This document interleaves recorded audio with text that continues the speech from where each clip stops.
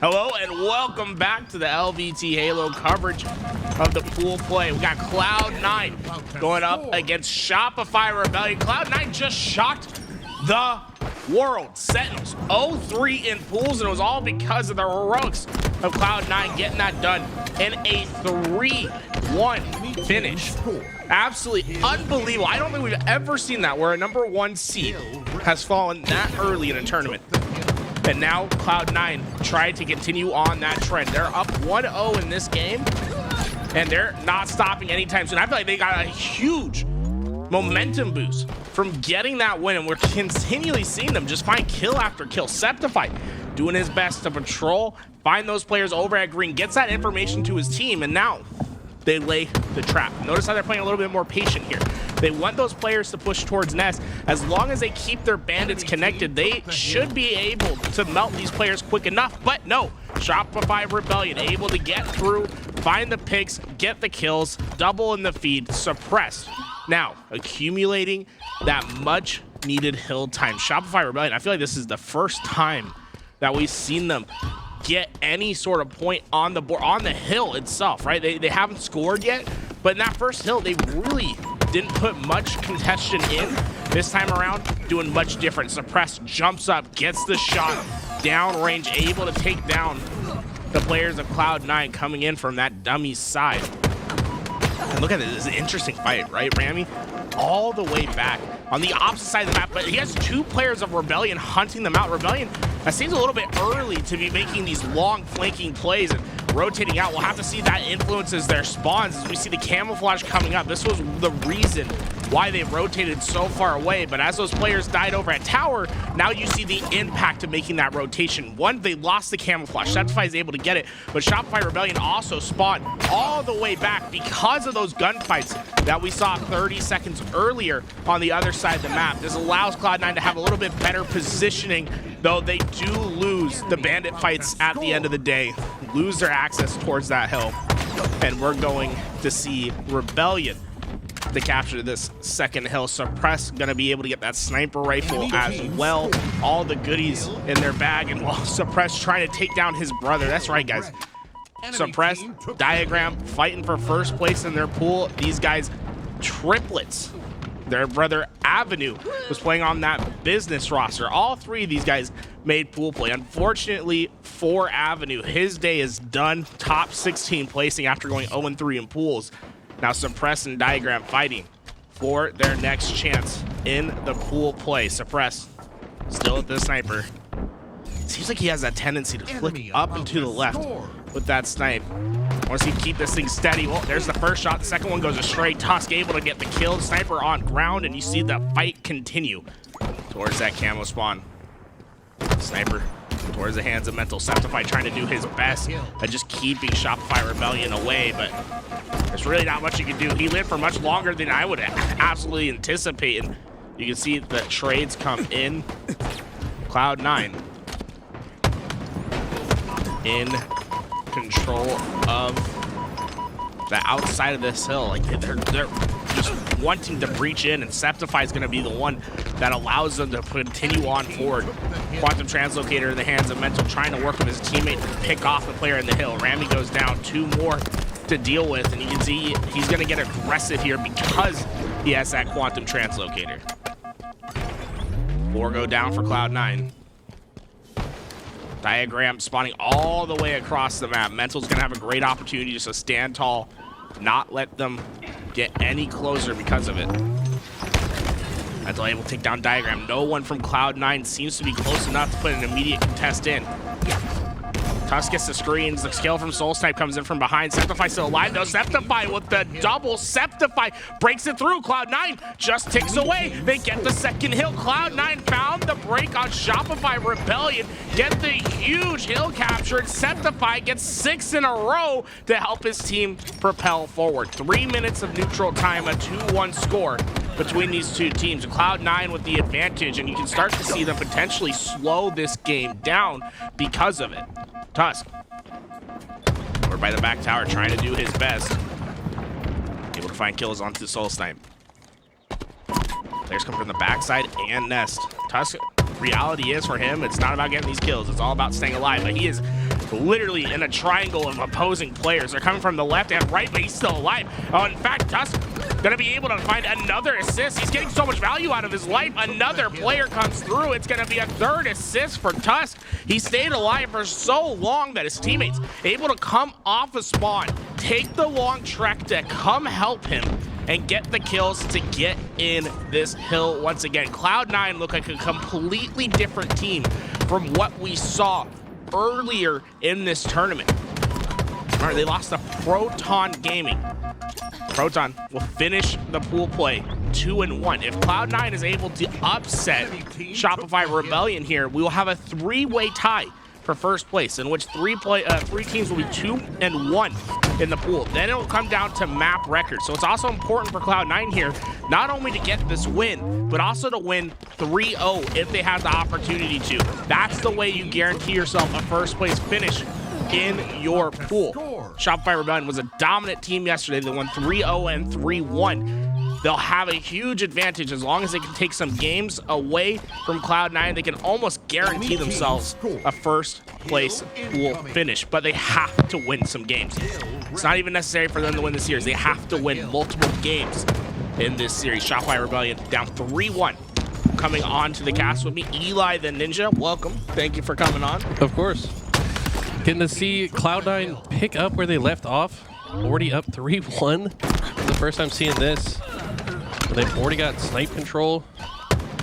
Does get taken down, but this tower side going to be heavily contested for both teams here. You see all those players of Cloud9 spawning at the back towards A, but they do have control of this hill. And although Rebellion have great access towards this hill, they really haven't been able to take them out. Damage downrange. SoulSnipe's going to be able to find two. Is there anyone from Cloud9 to clean him up? No. Cykul gets the third one in the feed, and three go down for Cloud9. That's exactly what you want to see if you're on the side of Rebellion. I actually like that they're controlling both A and A and C side. You can control both sides of the hill. Makes it very difficult for Cloud9 to push in. Rebellion finding more and more slays, getting more and more time, potentially making this a 3-2 game. Right now they're fighting out the tower side. One's going to go in favor of Suppress, and that all but guarantees this hill for Rebellion. We're running one step closer to forcing a sudden death hill. Tusk trying to stay patient. Will catch Mental off guard, and that shot rings true. Coming back to help towards this hill. Another player sitting at nest. You can see all four players of Cloud9 playing towards this hill, ready to play a strong defense as Rebellion spawns so far away. Yeah, right now Rebellion just going to have to play this patiently. They got to find a few slays where they can break into the Cloud9 setup. Cloud9 also stepping out of the hill as they do get slayed. Yeah, they both went back into that dark side, and well, Suppress comes through. They really were suspecting a player to be hiding right there. Usually you get out of that hill, you would expect someone to be in there. I thought maybe they were trying to play mind games where they'd just jump in the hill and maybe get an easy backsmack.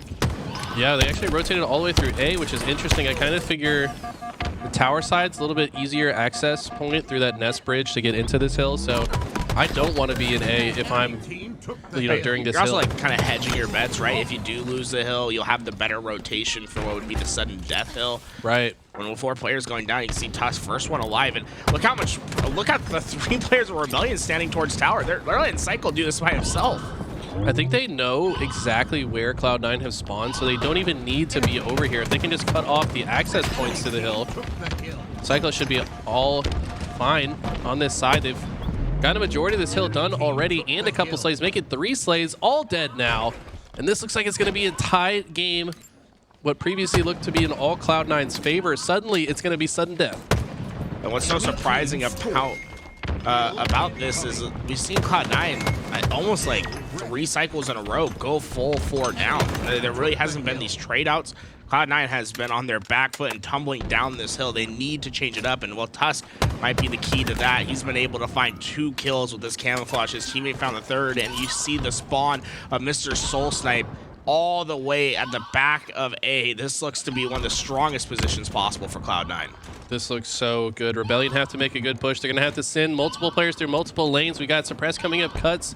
Cykul going to cross top mid. SoulSnipe and Mental gonna hit the nest side. Kills are trading out in the kill feed. Looks like a 2v2 situation for now. Cykul gonna have to win this fight. He actually trades out. That's great for Cloud9. They might be able to maintain control, but SoulSnipe, last player alive, is gonna sneak all the way behind, and he's actually gonna get the kill. Maybe two. He's gonna step in the hill and get some time here, and all of a sudden this is flipped completely on its head. Now it's Rebellion in full control of this hill. And the timing of that kill could not have been any better. It was right before his teammates spawned up. He gets the kill, removes the influence from tower, and then now that all of a sudden his teammates are able to help at C. SoulSnipe still staying alive, knowing how important his tower control is as he gets more and more damage down range. Once again, 2 down for Cloud9. Tusk might just be the third as he joins them on the respawn screen. The fourth goes down as well. Rammyy will spawn up, but there's no help to be found. Cykul, last player alive on the map, seemingly for a moment. He's going to rack up a solid amount of hill time, repulsing the grenades that were trying to fly over that tire's location, and now he identifies there's 2 targets coming across top middle. They get some great grenades down. I think they banked those grenades off the pillar. Great grenade if you're ever pushing into this hill. This is a good push from Cloud9. But look at this, Suppress just playing his life so well back tower. This player top tower forcing the trade. But it's Cloud9 in the hill for now. Cykul and Mental pushing in. Kill that last player alive, and this looks like it's going to be a win, a comeback victory for Rebellion. Yeah, unless Rammy's able to get here in time, no shot he's able to get there. Yeah, they're down 3-1 on those hills. Cloud9 came out the gate strong. They captured the first hill without Shopify Rebellion even being able to step foot. The second hill was very similar to that. Honestly, Cloud9, I thought they were looking like a whole new team, rejuvenated, but sometimes you just slowly lose the game, and it's always tough when you're in that spot, when you're just like knowing you have that feeling that like this game is getting away from us. Yeah, no, you're exactly right. This is a feeling that I've gotten many times on that game type, especially. I don't know. I feel like King of the Hill can it can feel like everything's going right until it isn't, you know. And it's really what it was. The story for Cloud9. Shopify really stepping up in a big way. Shopify, keep in mind, had to wait a while before playing in this, so a little bit colder, you would say, than Cloud9, who just came off a hot win over Sentinels, but only takes about half the game for them to warm up and swing it right back in their favor. Well, what's so interesting about it is Shopify Rebellion, like, we're on the opposite side of the venue, right? Like, you could not be further away from this stage, but probably like 7-8 minutes before this game started, I saw them walk past our doorway. So I was like, oh, wow, like, okay, we're going to be in a minute until this game starts. No, they get right on the PCs. They probably maybe shot bots for 30 seconds and said, all right, let's go. Like, let's get this pool. Like, we're behind schedule. Let's get this thing going. How do you play against that? If no matter where you peek out, you're just facing so much firepower from this squad. I mean, across the board, insane firepower. Mental, I think, has really stepped up his game as well. This guy just seems to get better and better and better as time goes on, and he's really coming to his own. I feel like Mental's also been the definition of putting in the work to get to this point. Yeah. Like, he came in, there was a lot of hype behind him when he first came in Season 1, but the results just, like, weren't quite there for a long time. Eventually, Shopify Rebellion has, like, just stuck with him, knew that he was eventually going to figure it out, and now, well, they have a chance to be first out of their pool and have a great matchup in the winner's side. Absolutely. I mean, this was certainly one of the toughest pools, for sure, if not the toughest. I mean, I don't think anyone thought it was going to go this way, though. You know? Right. It's not. Yeah. I don't think a single prediction had Sentinels going 0-3. But when you look at the teams that they played against, it kind of makes sense, right? Like Rebellion, we've been talking about, capable of beating anyone on any given day. Proton, I feel like, kind of in that conversation as well. They're kind of a wild card team. Proton's like flown under the radar, right? Yeah, exactly. They had a top 6 finish in one of the open qualifiers, so they've been putting in the work. But back on board here into the Recharge Slayer, Rebellion and Cloud9. Rebellion has that 1-0 lead, currently down by 1 at the beginning of the Slayer. Rebellion trying to stay up on this high ground. SoulSnipe able to shoot down onto his opponent, gets the kill, and the trade is in. Cloud9 with the advantage early in this game. You can see Rebellion just stuck inside these pipes, and here comes the cavalry. Sceptify gets the first. Tusk is waiting at the doorway to go. Suddenly the help comes in from behind. Rebellion stands strong in the pipes, but you still have a loose rat to take care of. Diagram getting behind both players. Not quite able to get the double. The trades are coming through. It's chaos in the pipe side of map. Every single player dying, seemingly. Only player left is Cykul, but he just got here. Another trade comes out between Sceptify and Suppress. Did we decide if it's Sep or Skep? The lore behind this, right? Okay. Sceptify. I say Sceptify because that's generally what the Halo community is started calling. Yeah. He said when he originally made the tag, it was going to be Sceptify. That was his intention. But people just started calling him Sceptify, so he said, "Hey, that's it." Okay, interesting. So, yeah, I remember he came in chat and said it's Skep with a K. So, oh, that's right. His brother was the one that said it. You're right. So it's always interesting to see, you know, the creativity behind their names. I like Sceptify more personally, just because it's like you're a skeptic, right? Like, but it should be with a K, not a C, because like scepter is another word in the English language. Better than a K. Yeah, like science. You got to use the phonetics of the language you speak, you know. Yeah, at least it's not Mr. SoulSnipe. I've seen the gamer's tag tier list. I'm just kidding, Mikey.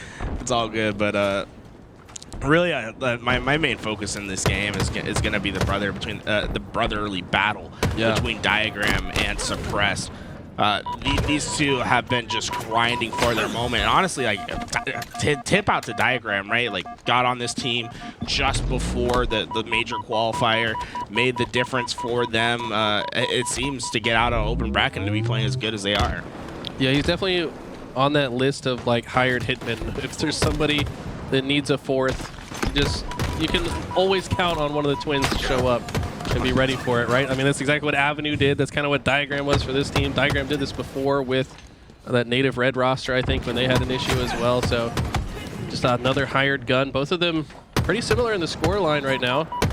Diagram 3, 2, and 6. Suppressed 3, 4, and 6. I love that from Tusk. Like, Tusk intentionally tried to hit the nades. He's like, I couldn't do it. You know, sometimes you just gotta be like, okay, I'm gonna hit it eventually. Right. It's like the play was over, right? The player's gone, but you got just for your own satisfaction, you gotta make sure you hit those grenades. And 2-kill lead for Rebellion as Rammyy gives himself a little bit of cover, playing towards this long haul. Knows that the players are over at C flat. A little bit of a smart smoke. I haven't seen that used before, knowing that there's a player over at C using that shroud screen to get up those stairs and into long. Yeah, I think the evolution of the usage of that shroud, we're still in the early stages of it, right? Especially for this map. This map, definitely the map that I think needed it most with those cross angles. The players finding more creative ways to be useful with it. This is one of the few maps that has a lot of one-ways as well. You can set up a one-way onto that triple stack, looking out into the pit. There's a few that you can get onto the glass area as well. So it's cool. I want to see that kind of put into use a little bit more. I almost want to see a shroud screen on a map where there's not camouflage, because oftentimes it's going to be used to secure the camouflage coming up in just 2 seconds. Right. Yeah, that's kind of how we always saw it on Livefire. I'm glad they took it off of Livefire as they put camo and QT on it, but yeah, 3-kill lead right now for Rebellion. It seems like it's gone so many trades throughout this game so far. Mental, only really standout performer with a 6-point spread from his kills to deaths. Big part of the reason why they're in the lead right now, but the pace has really slowed down here. Both teams kind of just trying to find that opening, playing that damage game. Want to make sure they have some type of advantage before they move forward, and it's Rebellion. They're going to get that advantage and extend the lead by at least one or two more, yeah. That's beautiful. SoulSnipe, right? He took the challenge. The player was behind him, but using that doorway to cut off the angle, the help from behind. That's just beautiful from SoulSnipe. I think that's the under-talked about skill of these Halo players, is how in tune they are with the geometry around them and controlling which angles they're visible to isolate fights against single opponents, while in the back of their mind understanding the geometry of where other players are spawning on the map, so then positioning themselves so they can't be shot by spawners.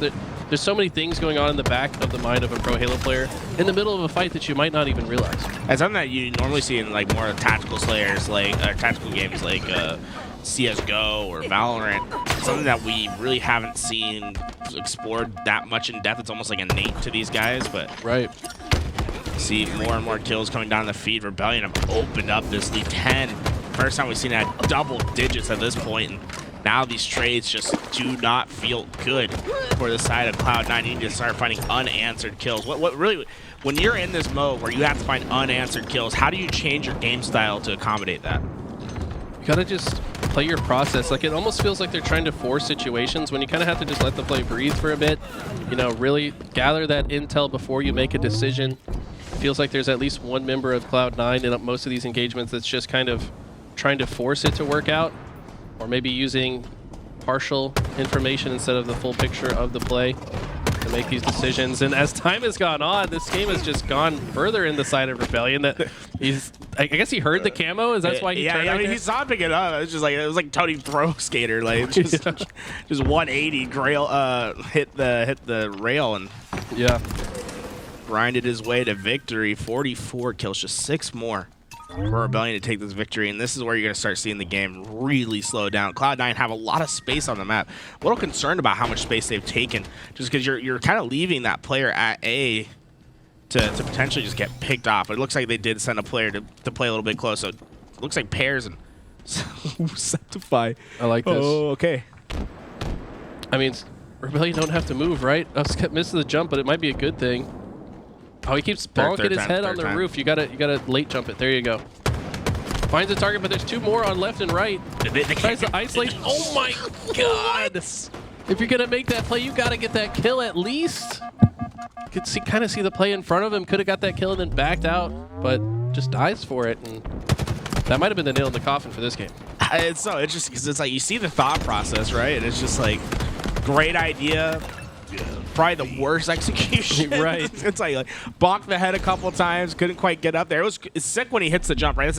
Also, it's like, I understand bonking the head. It's a jump that does not come up a lot in competitive Halo just because of how open that spot is, but very powerful when you can get into that top position without players seeing. I think it was a little unfortunate there was someone at bottom tower that could see him right away. Like, if he was able to get behind the player sitting in that corner, get the back smack, and then use that pick to open up the doors for his teammates to push through, maybe a little more success there. Yeah, I think it's just the way Shopify played it, though. I mean, they had 3 guys in there. They're all watching the different entry points. There's no way that they could that was actually the one way that you could feasibly go in without being seen, but Suppress obviously was watching that too. So, I mean, you can kind of position yourself at the bottom of that staircase where you could watch both the mid-bridge and the top window at the same time.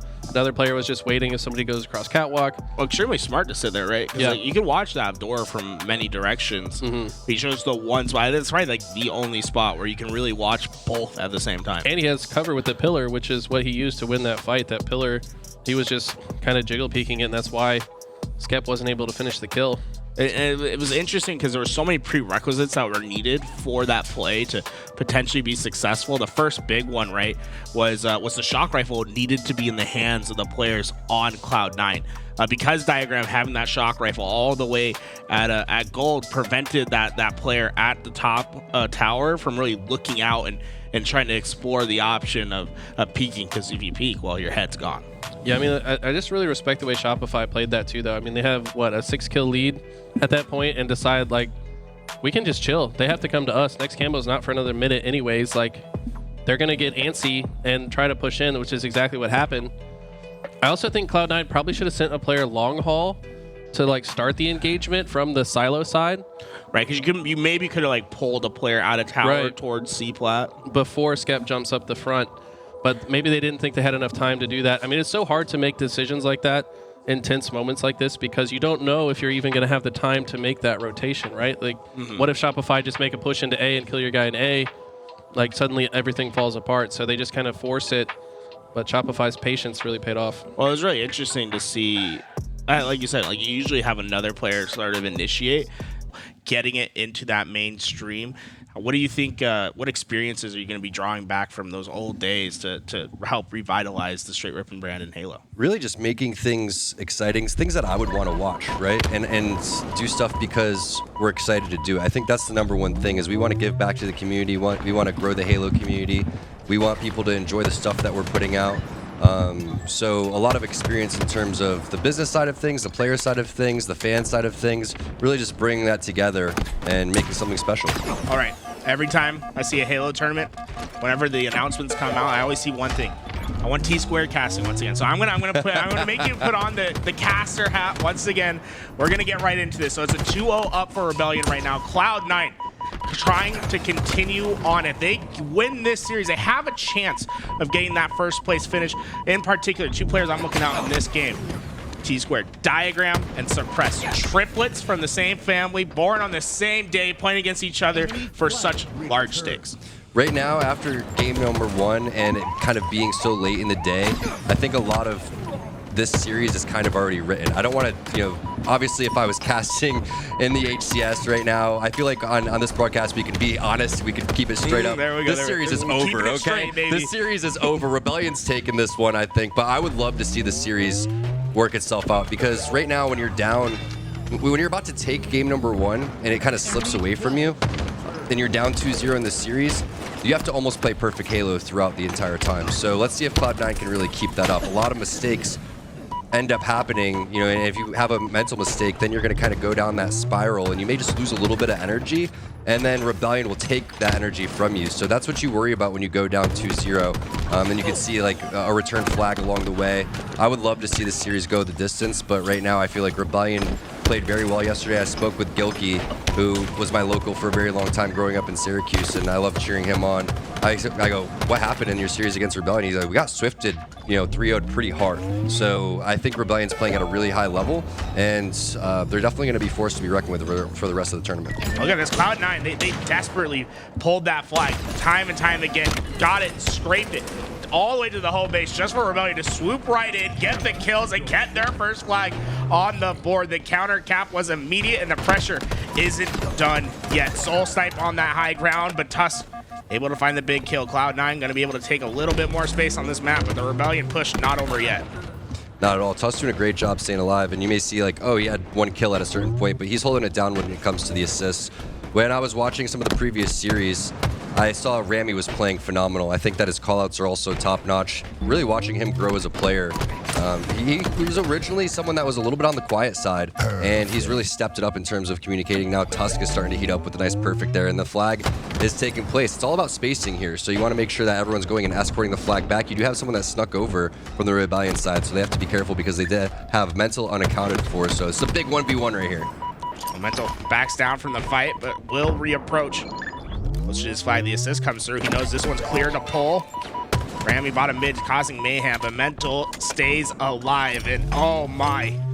It's all up to him. He's the last alive on his team, but still in the base, can take the one-on-one. The thrust not enough to take Mental down, but he takes the reach out. Not going to be able to get that one, but did he buy enough time?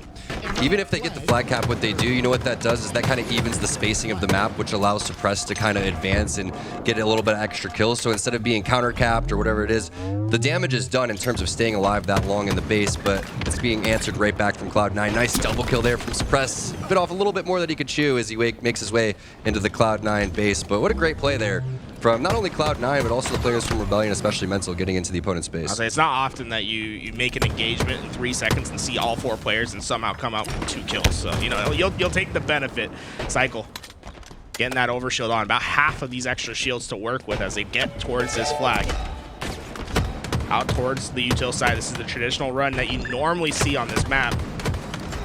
Well away. Diagrams overextended on the P side, but his teammate causing mayhem. Tusk, once again, slowing them down on the util. He finally goes down. Rebellion, they've won the slays, but this flag far from being home. Yeah, a little buddy system happening over here for Rebellion. Working together as much as possible. Nice trade coming in, but the flag is being ran. And again, as silly as it sounds, you can really take this all the way back to Mental staying alive at the base. I know that was about a minute and a half ago, but it really starts to add the pressure on, and you didn't see the investment until a little bit later, and that's exactly what happened for Rebellion. That's why that play earlier was so important, because Cloud9 could have continued to kind of steamroll that and snowball that effect, but it looks like now they're still getting a little bit of map pressure, some top center control here for Diagram. Well, investments starting to compound onto each other.